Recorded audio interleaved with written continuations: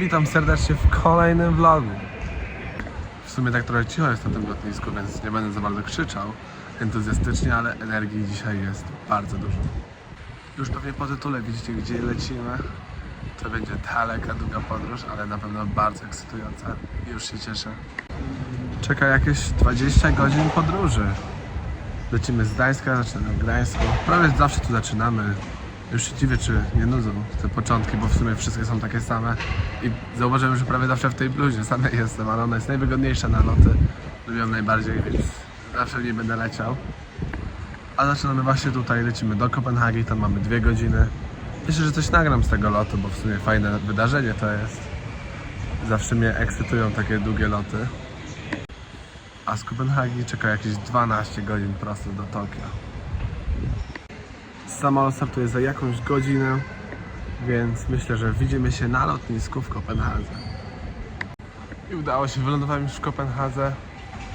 Teraz tylko szybko się przesiąść na następny lot, który jest już za 1,5 godziny, więc w sumie jakoś bardzo dużo czasu nie mam. Ale lotnisko tutaj jest dosyć duże. Jest w sumie bardzo fajne, lubię to lotnisko. Tu jest C26, ja chyba mam C33. Jest jeszcze kawałek. Lot z Gdańska do Kopenhagi trwał jakieś 55 minut, więc bardzo krótko. Po prostu się fajnie leciało, tylko był tak niski, że się nie mogłem wyprostować. Bo to był taki mały samolot, gdzie miał rozstaw siedzeń 2-2, a nie 3-3, jak to tutaj zazwyczaj jest w tych Ryanerach czy tego typu samolotach. Szybko minęło, ale największe wyzwanie dopiero przede mną. 12,5 godziny do Tokio. Będzie ciekawie. Zaplanowałem sobie to tak, że nie będę spał noc przed wylotem.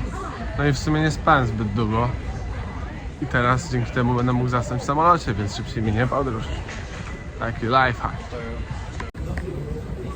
O, widać C33. O, chyba widzę już mój samolot. Na 99% to jest ten. W sumie to możecie się zastanawiać, czemu ja sam lecę tak daleko. Pomimo tego, że lecę teraz sam, to w Tokio nie będę sam. Tak naprawdę lecę odwiedzić tam mojego znajomego, który jest Japończykiem i tam mieszka. I dzięki niemu uda nam się jeszcze lepiej zwiedzić Tokio.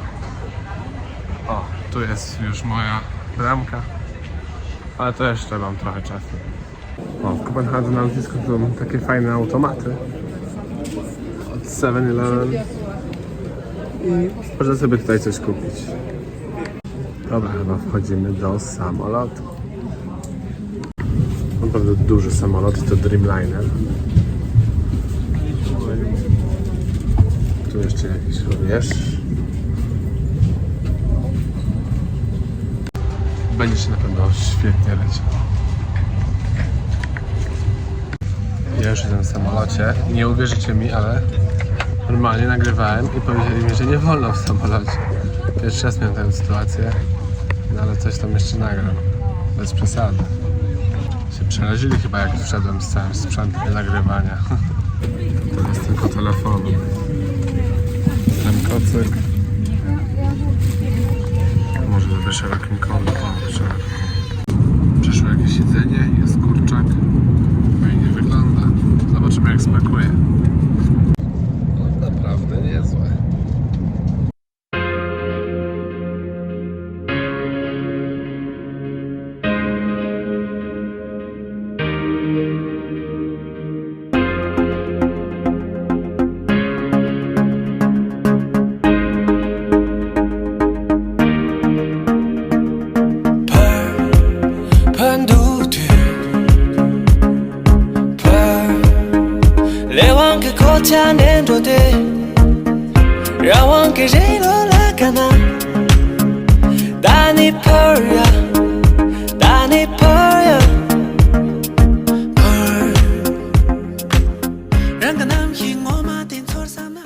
I udało się po tej bardzo długiej podróży, nie wiem ile to było godzin, ale sobie próbowałem zasnąć w tym samolocie, ale się nie dało.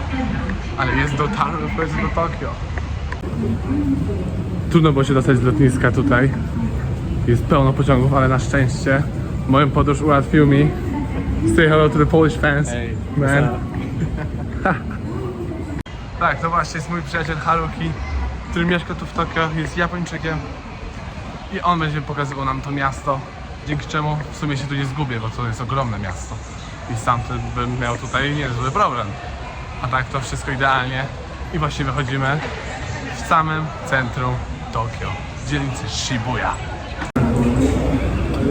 Big stars.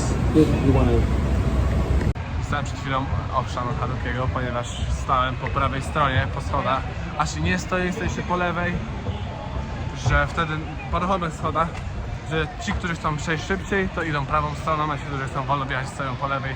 Tutaj w Japonii się bardzo tego trzymają. Musi być porządek.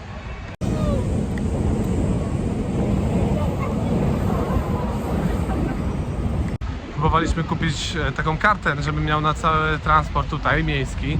Wygląda tak, że najlepiej pobrać aplikację, ona się nazywa Suica, S-U-I-C-A. I w tej aplikacji można właśnie kupić, sobie doładować wtedy ją i przy bramkach się zbliża telefon i wtedy ci sczytuje to, ile tam wpłaciłeś, że jakieś tam można wpłacić dowolną kwotę. I to jest chyba najłatwiejszy sposób, żeby tutaj podróżować, bo wtedy nie muszę się martwić o żadne bilety i takie tam sprawy. Polecam. Jesteśmy właśnie na Shibuya Crosswalk. Jest to chyba najbardziej uczęszczane przejście na całym świecie. Każdego dnia około 1 000 000 ludzi tu przychodzi. Teraz akurat nie ma godzin szczytu, więc jeszcze jest w miarę okej, ale myślę, że wieczorami koło takiej 16 na przykład, albo jeszcze później, czyli wieczorami, to musi być tu nieźle. Oh, they have IKEA. Oh, yeah, we got IKEA over there. It's everywhere, I guess. Yeah, it's everywhere. The City of Lights.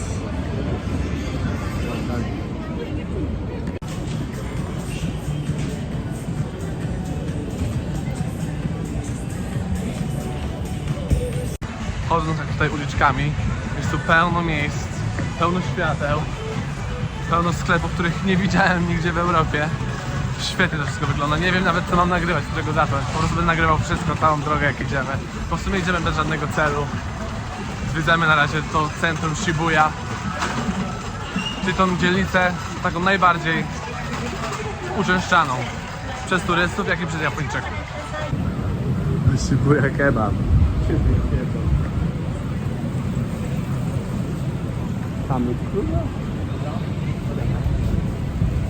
Have you been there? Yeah.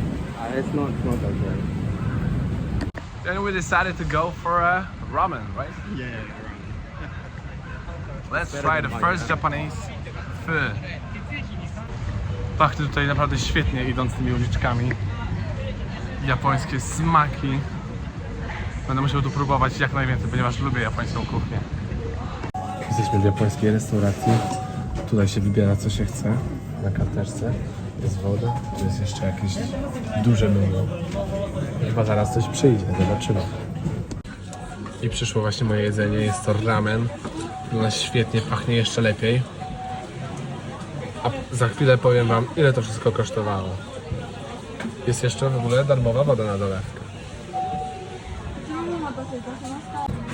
Sobie wnętrze je się właśnie takimi patyczkami, a resztę się wypija łyżeczką. Jest to naprawdę przepyszne. Zjedliśmy już, to było naprawdę przepyszne. Nie spodziewałem się, że w Japonii będzie to aż tak dobrze smakowało. A co najlepsze, byliśmy w restauracji w samym centrum Tokio i za to, co nagrałem tam, za to, co zjedliśmy, zapłaciłem 25 zł. Naprawdę to jest świetna sprawa. I wiedziałem, że w Tokio są takie dobre ceny w porównaniu do Europy. 2 razy taniej. Jesteśmy teraz w sklepie muzycznym. Normalnie można grać na instrumentach. Fajnie to wszystko wygląda. I got one of those. This is sick. Big a fucking studio. O, coś dla mnie. Gram trochę na pianinie. Oh, this is great. Cały czas tutaj zwiedzam Tokio. W sumie byłem na lotnisku już o 8 rano. Jest 14. Mam wrażenie, że już całe miasto przeszedłem. Nie no, żartuję. Jest tu tyle rzeczy do roboty, że nie wiem, czy mi te 12 dni starczy, że tutaj jestem.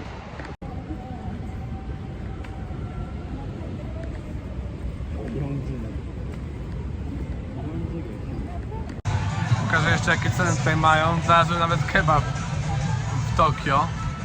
Tak to wygląda. Tą walutę, żeby przeliczyć na złotówki, dzielimy przez 40. Więc jak widać, no to jest jakieś 20 zł. To lekko ponad 10, około 12. Więc naprawdę jest bardzo tanio w Tokio, a jesteśmy w samym centrum. Jak na razie pierwsze wrażenia z Tokio naprawdę na ogromny plus. Jest tu bardzo czysto, bardzo bezpiecznie, wszystko jest sprawnie skomunikowane. Nie ma w niczym problemu, każdy jest miły. I na dodatek jest tu przystępnie cenowo. Naprawdę nie dziwię się, że coraz więcej turystów decyduje się, żeby tu przyjechać. So where are we going right now? Karaoke? Alright. Ale to nie koniec wrażeń na dzisiaj, ponieważ idziemy na karaoke. Pełno wrażeń w dzisiejszym dniu. W Japonii karaoke jest naprawdę popularne, wszędzie śpiewają. Świetnie to wygląda. Tu ludzie są naprawdę wyluzowani.